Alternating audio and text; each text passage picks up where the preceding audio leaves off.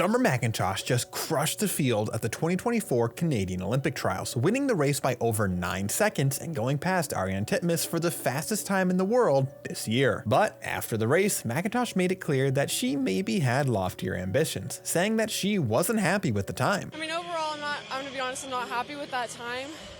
I know I can go faster and it doesn't really reflect my training. At the Canadian World Championship Trials last March, McIntosh set the swimming world on fire, breaking Titmus's world record in the 400 free with a 3:56.08. However, at the 2023 World Championships, Titmus would take back the world record in a 3:55.38, with McIntosh finishing off the podium in 4th. Seeing how fast she was at this meet last year, let's take a look at how her fastest time in the world this year from trials stacks up against her personal best as well as the world record. McIntosh was out like a rocket over the first 100 meters. Her 56.03 opening 100 is almost half a second faster than her split in her PB and almost a full second ahead of world record pace. The next 100 kept McIntosh on a good pace. Her 200 split was just a hair behind where she was at the halfway mark last year, and she was still ahead of world record pace, actually matching Titmus's second 100 to the 100th. Over the back half of the race, Summer got progressively slower this year, splitting a 1:01.3 and a 1:01.7 as she was outsplit by both her personal best and the back half heavy splits of Titmus. Titmus and McIntosh have always swam their 400s very differently. Even looking at McIntosh at these trials compared to Titmus's former top time in the world, we can see that McIntosh likes to go out fast and hang on, compared to Titmus being more reserved to then charge home. McIntosh is clearly in pretty good shape at these trials. She just went a 1:53.69 in the 200 free, which is the second fastest time in the world this year, behind only world record holder Molly O'Callaghan and only 400ths behind her own Canadian record. Given how most of McIntosh's difference from her previous best time came over the back half of the race, I wouldn't be surprised if McIntosh isn't as rested as she could be and needs that little extra boost to bring the rest of a 400 together. And hey, if McIntosh was expecting to be in world record shape and just had a bad swim, there are certainly worse times to be a little off, and I'm taking Summer's own disappointment here as a sign that we should all be waiting for a serious battle between titans in Paris. McIntosh still has a lot of events in these trials. Even after her 400 and 200 freestyles, over the next few days she'll be contesting the 100 back, 400 IM, 100 free, 200 fly, and 200 IM. I'm also very excited to see what Titmus fires back with at Australian trials now that her #1 spot has been taken. We'll just have to wait and see. But what do you think of McIntosh's swims so far at these trials, and what do you think she'll do the rest of the meet? Let me know down below.